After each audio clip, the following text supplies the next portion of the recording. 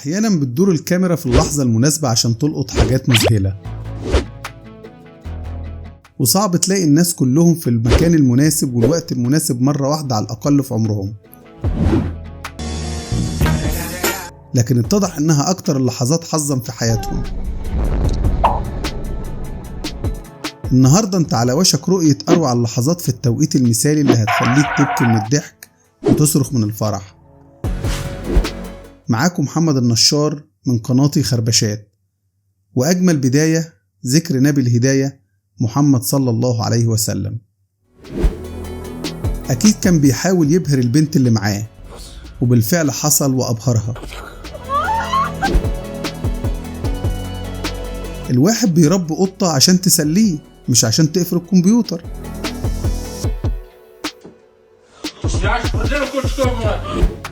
الحرامي كان فاضله ثواني ويقطع القفل، بس الست الطيبة صاحبة البيت كانت صحياله، وبمجرد انها كلمته هرب على طول بدون تفكير.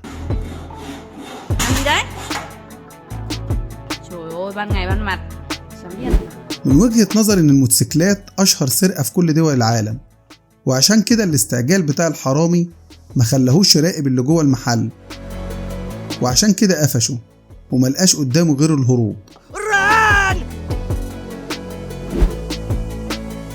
اللقطة دي من حظنا احنا كمشاهدين، انه يعلمنا نأمن الفرامل كويس قبل ما ننزل من العربية، وانها المفروض كانت تجري ورا العربية لحد ما تركب وتنقذ ما يمكن انقاذه، لكن وقفت تتفرج عليها.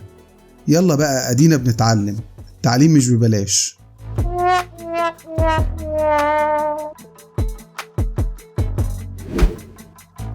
احد ركاب القطر حب يجرب حظه ويشوف هل ممكن الغراب اللي من اذكى الطيور ياكل من ايده وهو طاير، والقطر سريع في نفس الوقت، وصور اللقطة دي عشان يبهرنا باللي هيحصل، وفعلا حصل اللي متوقعه واكل من ايده.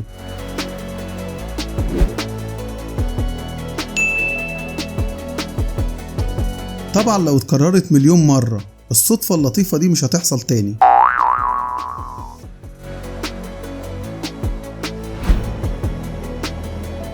راكبة الأسانسير زي كل يوم، لكن ما كانتش متوقعة اللي هيحصل لها كمان ثواني.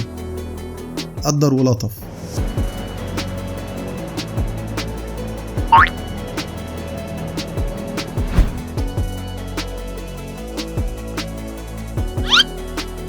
أكيد هو متدرب على الحركة دي، وبالرغم من كده عجبت ناس كتير لأنها ملعوبة فعلا.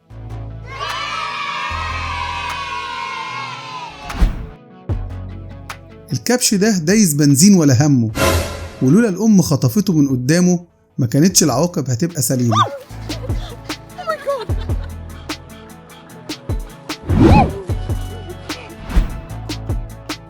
الحياة علمتني إن الحياة فرص، وهو حاول يستغل الفرصة بس للأسف ما حصلش.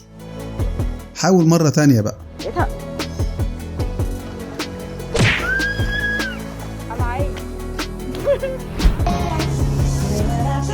مش لسه بقول إن الحياة فرص، ودي نفسها تطلع موهبتها وجات لها الفرصة فلازم تستغلها.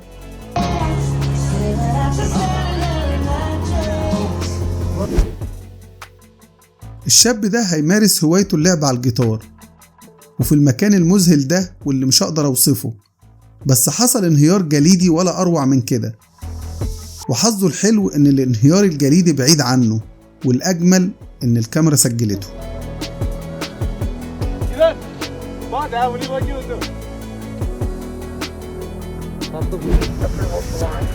العمال شغالين في امان الله، ومرة واحدة طلع لهم الطور ده وقدروا يهربوا ويركبوا العربيات في امان.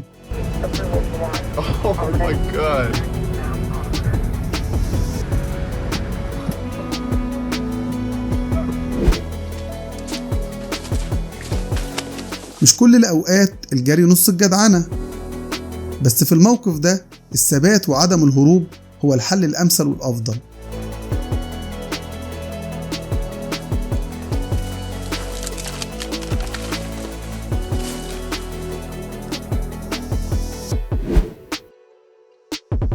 الطائر الطنان الجميل ده صعب تشوفه في أي مكان، والراجل ده قاعد في بيته وجرب حظه ومد إيده، وبدأوا ياكلوا كأنهم بيسحبوا رحيق من الوردة.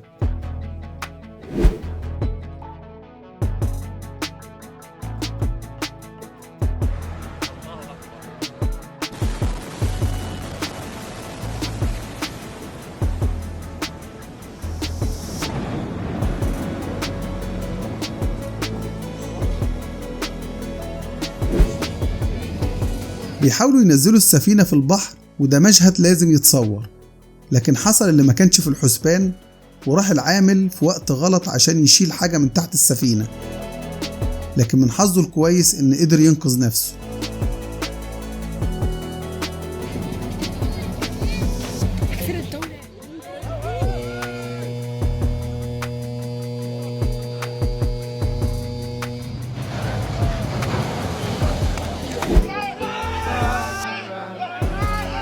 العربية وقعت في النهر الصغير ده واتقلبت على ظهرها،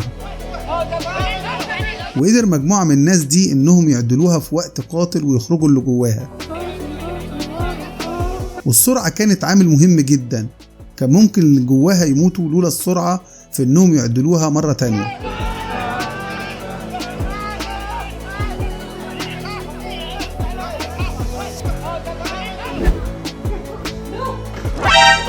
ما اعتقدش ان اي حد عاقل ممكن يرمي الايباد بالشكل ده، لكن مع المحترفة دي بكل سهولة قدرت تمسكه باحترافية مذهلة ولا مس الصراحة.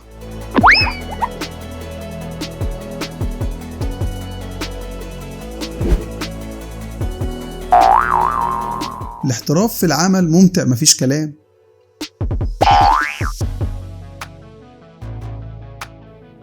الصيد هواية ممتعة، بس ان يكون كمان حظك حلو وان يطلع لك سمكتين في وقت واحد، اعتقد ده مش احتراف، ده حظ، والامتع ان هو تصور.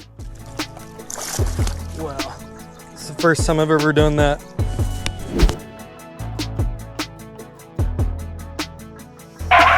ده جزاء اللي بيلعب جوه البيت مع الكلب بتاعه. الحمد لله ربنا ستر.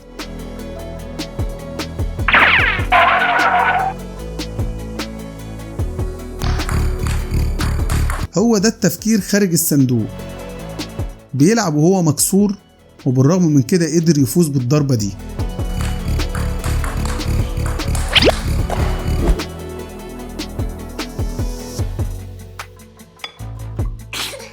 رد الفعل الأم ممتاز.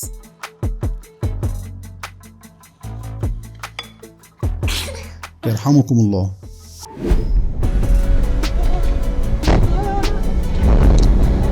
ملف جامد زي ده لازم تكون مصحصح. بطرف عينه لمح اللوري بيتقلب وضرب فرامل في الوقت المناسب. انك تتابع وتركز مع اولادك ده شيء مهم، وعشان كده الاب وقف في نص الطريق لانقاذ بنته في الوقت المناسب.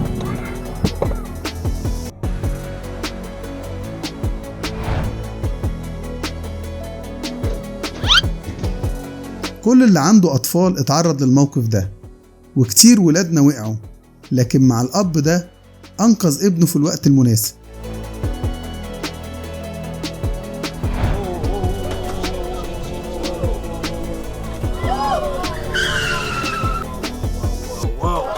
العربية الصغيرة كانت هتتقلب، ولو ما كانش فيه مسافة كويسة كان اللي وراه يصطدم بيه، وعشان كده ربنا ستر.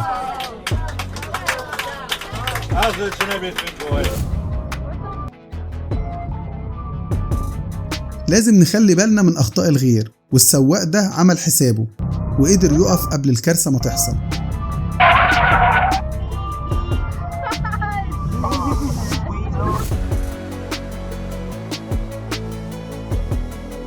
من الحظ الحلو إن ربنا يبعت لك واحد في الوقت المناسب وينقذ ابنك.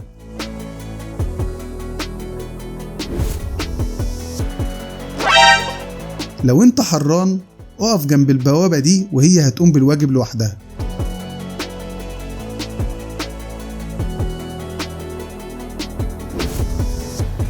كل واحد عنده هواية، ودي هوايته ما نقدرش نعترض.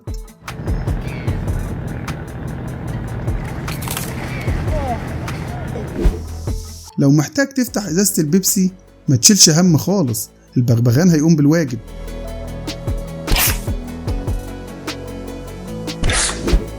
وبكده انتهى الفيديو. لو عجبكم ما تنسوش اللايك والاشتراك في القناة وتفعيل الجرس عشان يوصل لكم كل الفيديوهات اللي جاية. ولو عندكم اي اسئلة او ملاحظات اكتبوا لنا في التعليقات. شكرا على وقتكم، وان شاء الله نشوفكم في الفيديوهات اللي جاية. سلام عليكم.